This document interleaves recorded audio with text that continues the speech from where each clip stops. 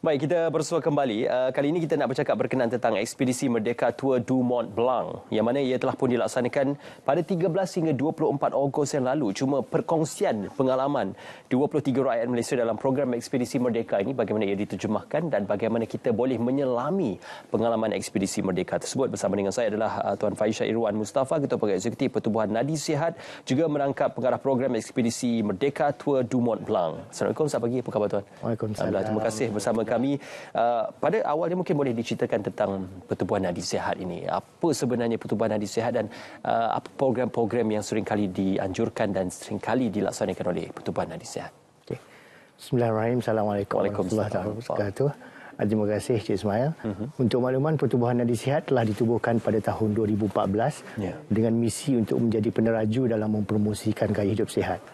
Dan dalam mencapai visi tersebut, kita telah berkolaborasi dengan pelbagai kementerian dan juga agensi, dan antara pencapaian dan juga anugerah yang telah kami terima sepanjang berada dalam industri adalah kita ada 4 pengiktirafan dalam Malaysia Book of Record. Yang pertamanya kita ada Tebaran. Tebaran banner terbesar di Puncak Kinabalu. Yang keduanya kita ada program yang kita laksanakan serentak di 10 bandar pada tahun 2020. Kita ada juga larian maya. Paling jarak paling terkumpul paling banyak sebanyak 688,680 km.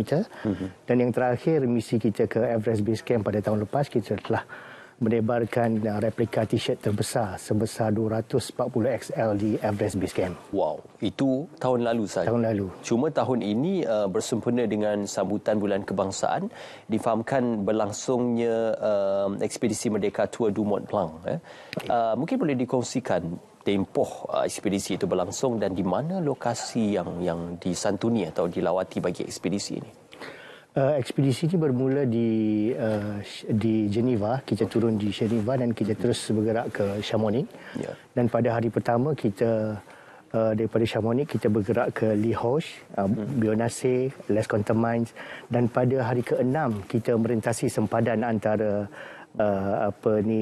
Perancis ke Itali di Col de Saint, yang mana di puncak pendakian itu ada satu batu sempadan yang memisahkan antara dua negara tersebut. Dan hari ke-7 kita kembali daripada Itali, kita merentas ke Switzerland. Dan daripada hari ke-12 kita daripada Trien ke Argentina, kita merentasi lagi kembali ke Perancis. Dan keseluruhan program itu adalah sejauh 170 km dan ia melibatkan penjelajahan tiga buah negara. Dan jarak dari segi data yang kami kumpul, kita telah melalui 238,863 langkah. Kalori burn sebanyak 29,138 dan jangka masa perjalanan kita sehari-hari itu terkumpul sebanyak 87 jam.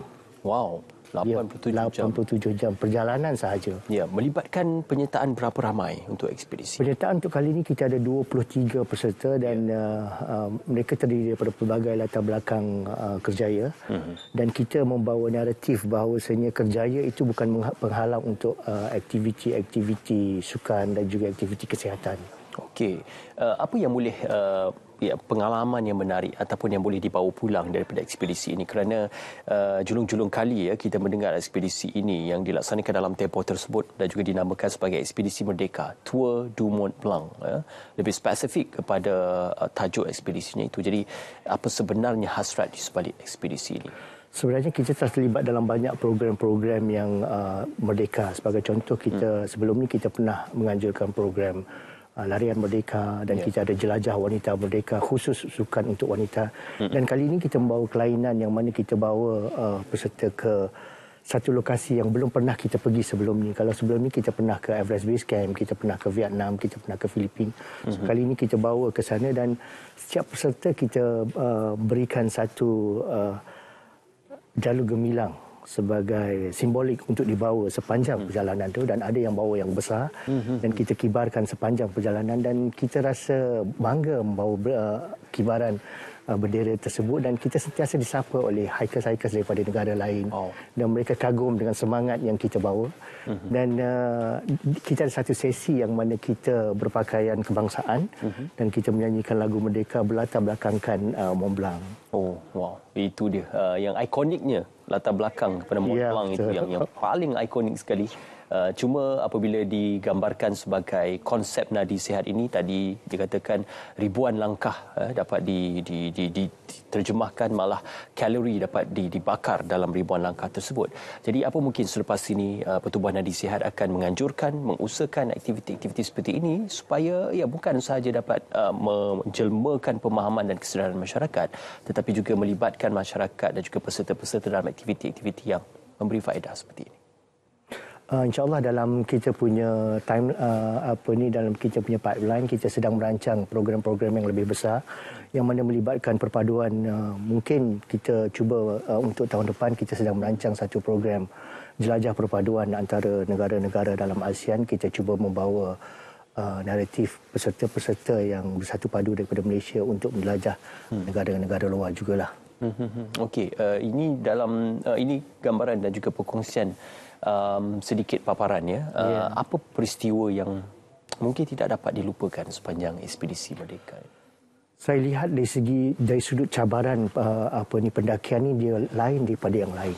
Terus kalau yang sebelum ni walaupun kita pernah ke Everest Base Camp, perjalanan dia adalah pendakian, di mana setiap hari kita akan mendaki sehingga kita sampai ke puncak dan kita turun. Untuk Tour du Mont Blanc berada di tengah dan dia dikelilingi oleh ratusan gunung. Dan kita akan menjelajah pusing ikut jam dan setiap satu poin ke satu poin, satu bandar ke satu bandar, kita terpaksa mendaki satu gunung sampai ke puncak, turun untuk ke bandar lain. Dan itulah yang kita... Tak ada shortcut Tak ada shortcut. Dan itulah yang kita kopi setiap hari selama 12 hari di bawah panas terik 37 darjah Celsius. Dan dia tak ada pokok-pokok macam di Malaysia. So itu yang mungkin jadi cabaran yang hebat buat kami semua, sebab kita merasakan bila kita ke Europe benda itu sejuk. Tapi bila dalam musim sekarang ni, dalam keadaan yang panas dan open sebegitu, memang ia menjadi satu cabaran yang hebat buat kami lah. Wow, saya juga amat kagum dengan ketahanan atau resistensi. Bagaimana peserta ini mengekalkan resisten kepada keadaan, tekanan, malah perjalanan yang mungkin perlu disegerakan, dilunaskan dalam tempoh 12 hari itu? Mungkin saya rasa dari aspek preparation yang kita buat sebelum itu, yang mana kita telah mulakan kita punya latihan seawal bulan 1. Dan setiap 2 minggu kita ada sesi latihan dan kita menggambarkan mungkin kita perlukan trail yang endurance. So kita buat satu latihan di Penang di Bukit Bendera, melibatkan 25 km satu hari, dan untuk sejuk kita cuba mengandaikan latihan kita buat di Cameron Highland untuk 3 malam. Dan begitulah seterusnya, kita dari segi preparation tu agak lengkap lah. Dengan kita juga membuat briefing secara online bersama kita punya counterpart di Europe untuk memberi gambaran tentang persediaan pakaian dan peralatan yang perlu kami bawa lah. Okey. Ada perancangan selepas ini ke destinasi yang akan serupa ataupun yang lebih mencabar? Kita sebab pada saya yang Tour du Mont Blanc ni merupakan laluan baru untuk pendaki-pendaki Malaysia.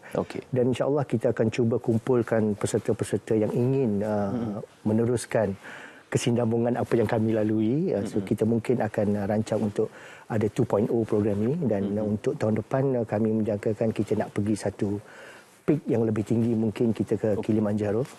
Wow, itu yang menarik, mencabar.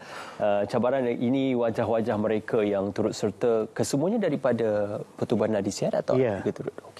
23 orang kesemuanya, dan kesemuanya melalui suatu cabaran, dan ini gambar-gambar yang sempat dirakamkan melalui beberapa kawasan pergunungan. Turun dan naiknya itu perlu dilunaskan. Tidak ada jalan pintas. Tidak ada jalan pintas.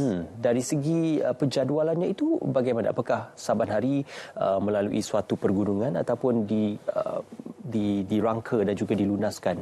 Ada tempoh-tempoh yang tertentu? Sebenarnya trail Tour du Mont Blanc ni dia ada satu event yang sangat prestige. Dia ada trail Tour du Mont Blanc yang mana peserta yang ingin memasuki trail tersebut perlu ada saringan dan hanya insan terpilih saja yang layak untuk masuk program itu, dan dia perlu dilunaskan dalam tempoh 48 jam. Okey. So trail yang sama kita gunakan untuk kita buat kita punya ekspedisi. Dan memang amat mencabarlah. Ya. Tuan Irwan Sri, pengalaman peribadi apa yang paling terkesan sewaktu ekspedisi? Yang pada saya mungkin dari segi pemakanan, sebab kekangan saya kita dah biasa dengan pagi nasi lemak, teh tarik. So bila kita kena makan roti, kita kena makan pasta, kita rasa macam mana ni nak kumpul tenaga untuk besok, sedangkan kita perlu tenaga yang banyak untuk kita melaksanakan. So itu pada saya cabaran yang besarlah. Okey, alhamdulillah. Kita ucapkan tahniah kepada kesemua yang telah pun berjaya melunaskan, menjayakan ekspedisi Merdeka Tour du Mont Blanc ini, dan kita harapkan agar Pertubuhan Nadi Sihat akan terus saja cemerlang dan juga komited dalam melaksanakan aktiviti-aktiviti. InsyaAllah ada aktiviti sepanjang 2023 yang berbaki ini sudah dirancang dan dilaksanakan. Yang terdekat kami ada program larian Selbis Run yang akan berlangsung pada 8 Oktober. Pendaftaran masih lagi dibuka dan kita mengalu-alukan penyertaan daripada seluruh masyarakat Malaysia lah. Okey, baik. Terima kasih Tuan Irwan bersama dengan kami. Tahniah untuk ekspedisi Merdeka Tour du Mont Blanc dan juga tahniah juga kepada kesemua peserta yang menjayakan ekspedisi Merdeka tersebut. Tahniah kepada Pertubuhan Nadi Sihat. Kita sama-sama untuk membawa gambaran gaya hidup sihat dalam satu konotasi yang lebih besar dan juga lebih meluas serta lebih